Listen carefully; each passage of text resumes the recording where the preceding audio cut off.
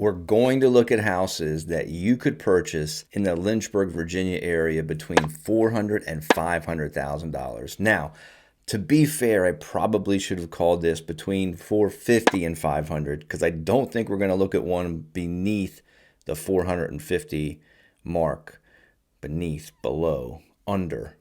I think we're not going to look at one that's right around 400. They're closer to 500. And yes, there are more than one location. There is more than one location. There are more locations than one. I don't know. It's tired. I almost said it's tired. I'm tired. It's late.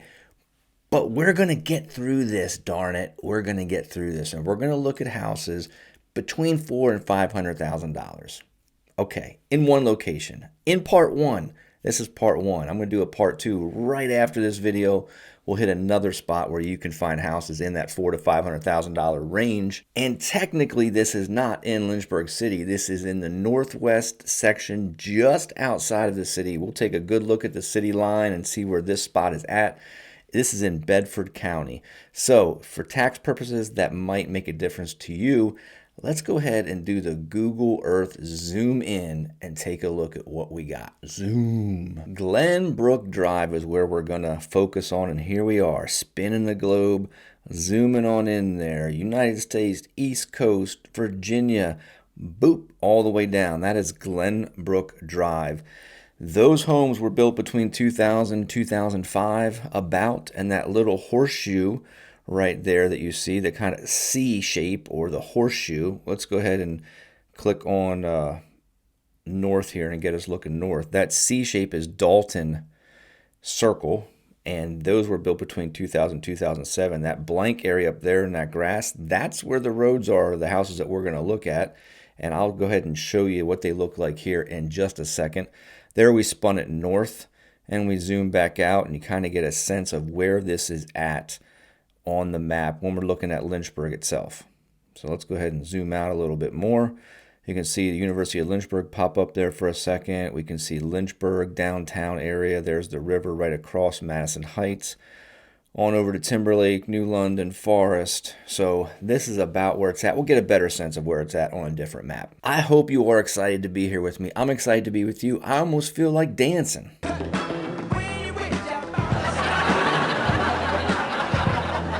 Let's take a quick drive just outside the neighborhood, and I want to show you what it looks like. Beautiful, right? I mean, the trees. It's a gorgeous day today. Well, not today. Today was gorgeous, but this day is also gorgeous when I'm driving.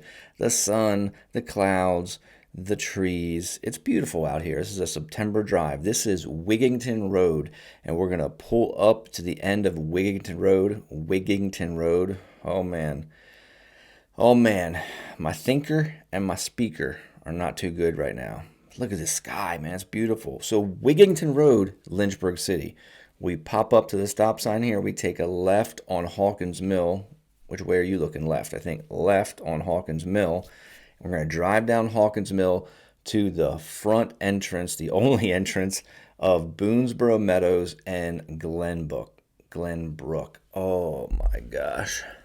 All right, let's see if we can stick it out for 10, 15, 18 minutes here and get through some house information for you. All right. Let's go back to Google Maps real quick just to actually show you the roads. Not the real roads, the roads imposed on the map. Here we are on Wigington. That's the road we drove on. Then we turned on Hawkins Mill. There you see Glenbrook Drive and Dalton Circle. That Dalton Circle, that little horseshoe, that C, that is a 55 plus community. We're going to look at a house on Wild Fox Court. We're going to look at 3 houses about on Boonesboro Meadows, and we're going to look at one in up and coming on Snowfield Circle. So that's the plan. Let's go ahead and kick it back out here and take a look and give you an idea of where you are in reference to things. All right, we can take a look at Liberty University right here on the map. You go down to Timberlake, New London, Goods over there, Forest. Just get a sense of the overall. Yeah, there's Windhurst with the Steelers fan. I don't know why, but that's what we see. And Bedford Hills up there towards the top, Madison Heights across the river. That is generally where we're at, that northwest section just outside the city. I do have one more map for you, but before we look at that, let's look at this. What is it, you might ask? It's my name and my number and my email. I do this on every single video. It's got to pop up there just in case you want to get in touch with me. Of course, if you want to give the thumbs up, that little value button I like to call it. If you want to click on subscribe, that would be amazing. If you want to leave a comment, look, you can agree, you can disagree, you can be neutral. Just don't be nasty. Hey, that's just the way we talk in the clink. Okay, if they're unkind, rude, then I generally get rid of them. If there's something that, I don't know, they don't like what I said, or they don't like Lynchburg or something like that, you can put it there. I'll leave it there. To each his own, all right? Maybe I am not your cup of tea, and maybe Lynchburg is not your cup of tea, but if I am, then you have my name and number right there. And I do work with that little international real estate company called eXp Realty, all international, truly, all over the world. I'd love to talk to you. If you're thinking about moving, buying, selling, if I can get through this video because it's late, it's past my bedtime, then you have my name and number. Feel free to reach out to me at any time. Okay, you suffered through that. I think you deserve another dance video.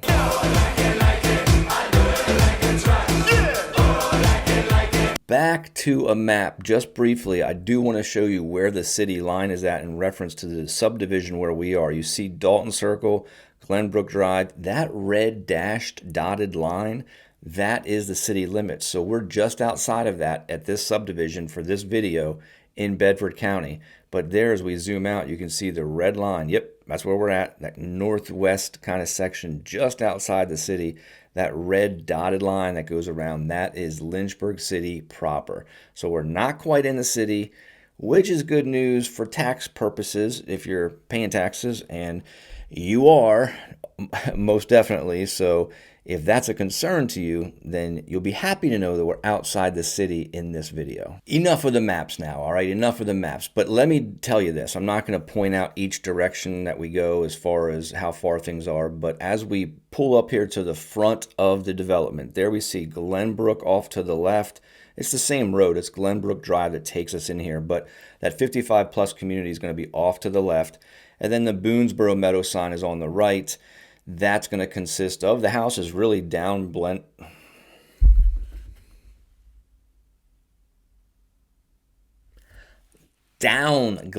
Drive and off to the right. Boonesboro Meadows Drive, Snowfield Circle, White, Fox Court.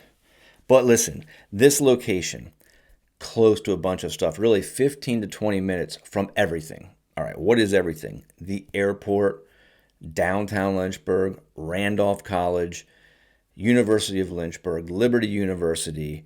You're 20 minutes max, like from any of those places. The hospital, if I didn't say the hospital already, from Lynchburg General Hospital. Now, as we drive down Boonesboro Meadows Drive, right here, this house that's wrapped, there's two houses that are wrapped. New construction, that's one of the houses that we're going to look at. That is, let's see, 1083 Boonesboro Meadows Drive right there. And then in the back section of White Fox Court. Why am I saying White Fox Court? Is that right? That's not right. Wow, it's late. White Fox, that'd be cool. It's Wild Fox Court. It's going to be that house kind of straight ahead to the right, the white house with the garage. I believe that's the one we're looking at, 1065. We have numerous houses back here that are under construction. We're not going to talk about every single one, but I want to hit a couple highlights and just talk about some of the differences between the homes that we're seeing between $400,000 and $500,000 in this subdivision. Part one. Did I already tell you it's part one? We're going to do a part two coming up. This is part one. The not so great part about some of these new construction homes is that we have pictures like this right here, which I'm going to show you, and they are like similar to. It's not the exact house because the house wasn't done already. They get the house listed, they get it put up, and these are similar to pictures. You're going to see the hardwood floor here in the main level. I believe this builder does carpeting upstairs. See the chair rail. You see some crown molding. So you're going to see some of the similar things throughout the houses that this particular builder does in his homes. This one right here, 1083 Boonesboro Meadows Drive, is a 4-bed, 3-bath, 2,150 square foot house on a 0.23 acre. So all these acreage in here is going to be about a quarter, between a quarter and a half, a little bit, just close in that range there. Hardwood floors on the main level, granite countertops. Now there are different levels of granite, and the builders that are building these spec houses, when they're not custom homes, they're not putting high-end granite in there. That's going to be more of a custom pick and a custom feature if you're paying custom prices.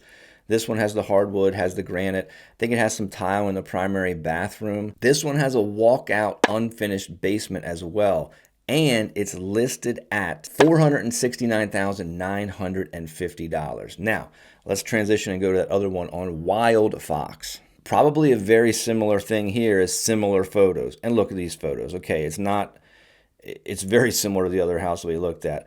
Hardwood floors on the main level, granite, kind of entry-level granite, I think. I'm not a contractor, I'm not a granite specialist. I think it's more entry-level granite. The chair molding, the crown molding, we have similar things. But this one on 1065, built on a slab, no basement. So let's give you the numbers real quick. 3-bed, 2 baths. So we got one less bed, 3-bed, 2 bath, 2,049 square feet on 0.30 acres. Close in square footage, not really too far off, 2150 and 2050, 100 square feet off. Put another bedroom in there. What's that mean? That means the bedrooms in the 4-bed are likely smaller than the bedrooms in the 3-bed because we got to cram more of those bedrooms in about the same amount of square footage. This one listed at $429,950. So $469,950. You get an extra bedroom, just a little bit more square footage, but you get the whole basement there. And then $429,950. You get 3 bedrooms on a slab. Let's take a quick moment to talk about slabs. Now, I'm not a contractor. This would be a great spot if you are a Class A contractor. You got your license, you build homes, or you just have experience in what you're talking about. You want to drop a comment here. Explain a little bit about the process or about the difference between slabs and crawl spaces and basements. But right there are your 3 options for the underneath of the home.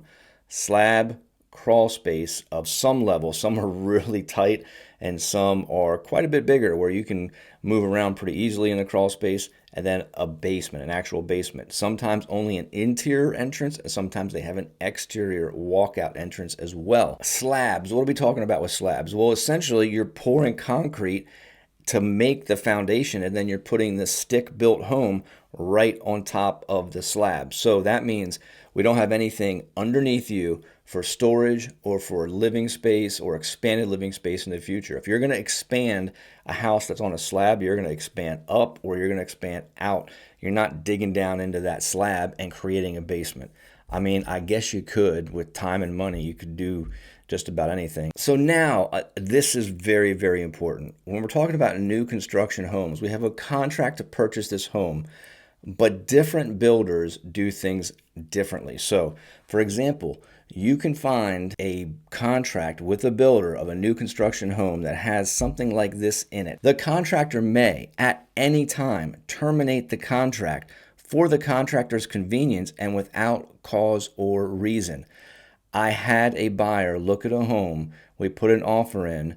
We got an addendum back from the builder that was 20-some pages long, I want to say overall. It was long. I don't know exactly how many pages, but numerous items in here. One of them was this one right here.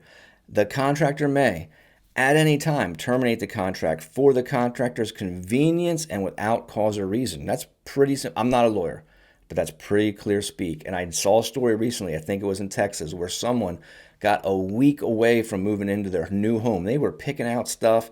They had sold their other house. They had the movers ready. A week away, and one clause like this had the builder say, you know what, nope, done, and he could sell it for more to the next party.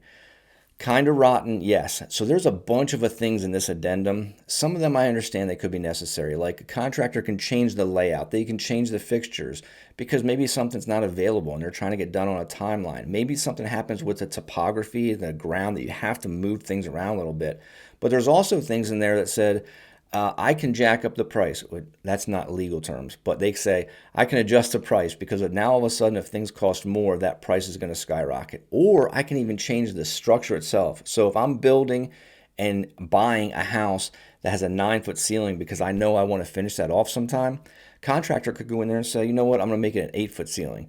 That stinks. That stinks for the buyer. And so if you don't have any choice in that, you could be stuck. Or this right here, let's just say your home is 4 months out from being completed. Well, 3 months in, the contractor, the builder says, you know what?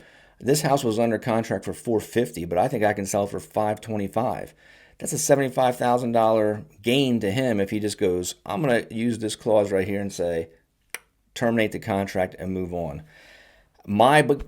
People didn't do it. We said, no, this is too big of a risk. We crossed out like 3 or 4 things that we thought were really detrimental to the buyer, and we agreed to everything else, but we couldn't come to terms. So we went shopping for another house. Now, I do work for you.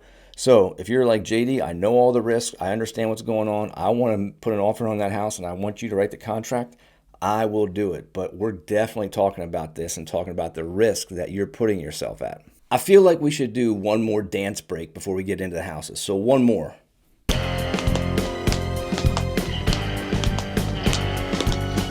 And while we're at it, let's do one more call to action. There's the name, there's the number. Jot it down, take a screenshot. If you want to chat with me, if you're moving in a month, in 6 months, in a year, anytime you want to talk, let's go ahead and get that conversation started. That's where it all begins, with the conversation. And now let's take a look at this house that sold. I'm just showing you the outside here, but this is a 4-bed, 3-bath, 2,150 square foot house, 1183 Boonesboro Meadows Drive. Looks nice, right? It's got like some board and batten, some siding, some brick on the outside. That house right there was listed for $475,950. And can you guess what it sold for? You're never going to guess. It sold for $478,046. Let's take care of that right there. That's what that one sold for. On 0.34 acres and with a basement. Let's jump to the next one, 1277 Boonesboro Meadows Drive. Not these new construction homes. They're still being finished up. This next one also sold a month later. That one was a 4-bed, 3-bath, 2,366 square foot. It's coming up here on the left-hand side on 0.26 acres. The acreage is all about the same here in this development. But this one was on a slab. This one was listed for $495,720, and it sold for $495,720 on that slab. All right, let's run these numbers together real quick and show you what we got. So the one on the left sold in May, the one on the right sold in June, the one on the left $478, the one on the right $495. Both 4-bed, 3-bath, kind of close in square footage. I mean, that is a bit of a difference to go to 2,366 square footage, but that one's on a slab, and the other one has the basement for future expansion. So why in the world did that one on a slab, although slightly more square footage, sell for $20,000 more almost, rounded up, rounded about, rounded whatever? Why is that? Well, there are a lot of different intangibles here. So this is a good example of why you can't just pop in an address to Zillow and have Zillow spit out a number. If it worked that simply, what would happen is a seller would put in a house, Zillow would pop out a number, a buyer would look at the number and go, there it is, that's the number, and then they'd go buy the house. But we do have the human touch here, and there are some things that are intangible that you really should have someone walk through the process with you so you can interpret the data. Let's say that, interpret the data. There was a time when realtors used to, I believe, years ago, not since I've been doing this, but years ago, they used to, and some still might do this, talk to you as if I'm the realtor, I have all the data, you don't have the data. I don't think that's accurate, because in reality, you looking on your computer, digging into the websites, digging into all this information, you could have more information, at least the same or more, than some real estate agents out there. So it's not so much like I'm the expert, I'm going to tell you the numbers. What it can be is, I do this professionally, so let me help and work with you and interpret the data that you're looking at. Because if you don't look at it and deal with it every day, the interpretation of the data might be something to think about. But you definitely have the data. You're out there, you're searching. When you're looking for a house, I know how it is. You're on the computer, you're looking all the time at the things you like, the types of homes you like, what's selling, how quickly they're selling. You're into it. I get it. So sometimes it's the interpretation. So why would these have such this drastic difference or only a month apart? Well, there could be some intangibles here. One, maybe someone doesn't even like a basement. You know, there are people out there that say, I definitely want a basement. There are people out there that say, no, but basement's eventually going to give me a water issue. I want to stick with the slab. Don't want a basement. I want to stay away from it. Just like pools. Some people say, I want a pool. Some people say, don't want a pool. They're expensive. They're a headache. I don't want to deal with it. How about timing? We just don't know the timing. No matter what agent you talk to, nobody has a crystal ball. And we don't know if maybe when this one sold in May, there was one or two people interested in it. And maybe there is a difference of financing. One was conventional, one was FHA, one was a cash buyer, one wasn't. Who knows? Fast forward a month, inventory's still low. We still are struggling to get houses out there on the market for people to actually buy. And maybe a month later at this house, we had a couple people that loved slabs. We had 3 or 4 or 5 people that were putting in offers and may have bumped that price up. So there's intangibles out here that we just don't know all the time why or how the price is going to be affected. We can have a ballpark figure, but you're going to hear me say this if you and I work together. Houses are worth whatever someone will pay for them, and side note, whatever a lender will approve for a loan, and you have to decide what it is you want to pay. All right, so that's a little rundown of those two houses. And the next thing is going to be this up-and-coming house on Snowfield Circle. This house is not in the $400,000 to $500,000 range. It's not done yet. It's a little bit further away than the other houses that we looked at. But this house, when it's all said and done, is going to be probably around $630,000. There it is ahead of us, the white wrapped building. We'll drive by. Let me just give you a little bit of location on this. If you looked on Google Maps, if you noticed it when we looked, if not, you can look again. But there's a little lake behind this house. I don't know how useful a lake this is going to be. I don't know if everyone in the subdivision is going to have access in like a community access point, or if you have to be on the lake to see it. But you're going to take a look at some of that lake behind this house right here on Snowfield Circle.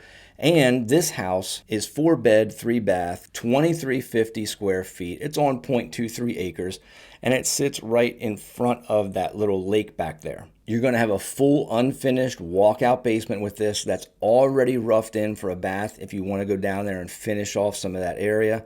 So again, the intangibles, location, beautiful subdivision. You're looking at nature and a lake out the back of the house. You're not looking right into a neighbor's yard. That can be a big deal. I don't know if it's a $100,000 big deal, but we might go back there and take a look at this house after it's done. I'm not sure. But if you want to go look at it with me, by all means, let me know. And the thing is, this builder might have really nice finishes, might have upgrades in the kitchen, cabinetry, tile work. I don't know what, but he told me he's going to list it probably around $630,000. So we'll see what happens. We'll see how long that stays on the market. And guess what? If it goes off the market within a day or two, he was right on. And if it sits for a few weeks, maybe a month, I guarantee you he'll adjust the price to meet the market where it's at. But in this subdivision, this is a nice place where you can get something between $400,000 and $500,000. Yes, in fairness, $450,000 to $500,000 for sure. And it's a nice area to be. If you don't want to go to $630,000, I don't think you have to in this neighborhood. I know for sure you don't have to. We got a couple active ones that we showed you that are under $500,000. Remember, you can't just look at Zillow or Realtor or Trulia or whoever, Redfin, whoever it is you look at. There are intangibles out there that some of those websites don't take into play. Inventory, finish level, intangibles like what are you looking at the front yard, what are you looking at the backyard, how many people are interested in putting offers in on it at the time that you might be putting an offer in. There's a whole bunch of stuff to look at. Definitely want to talk to a lender if you're getting financing so you are ready to go as soon as you find that place that you like. And remember, this is part 1. So next week we're going to do part 2 and show you a different area where we can find some houses between $400,000 and $500,000. If that is your budget and you want to talk to me, you got my name, you got my number. I will see you on the next one. Thank you so much for watching and hitting the dance party with me.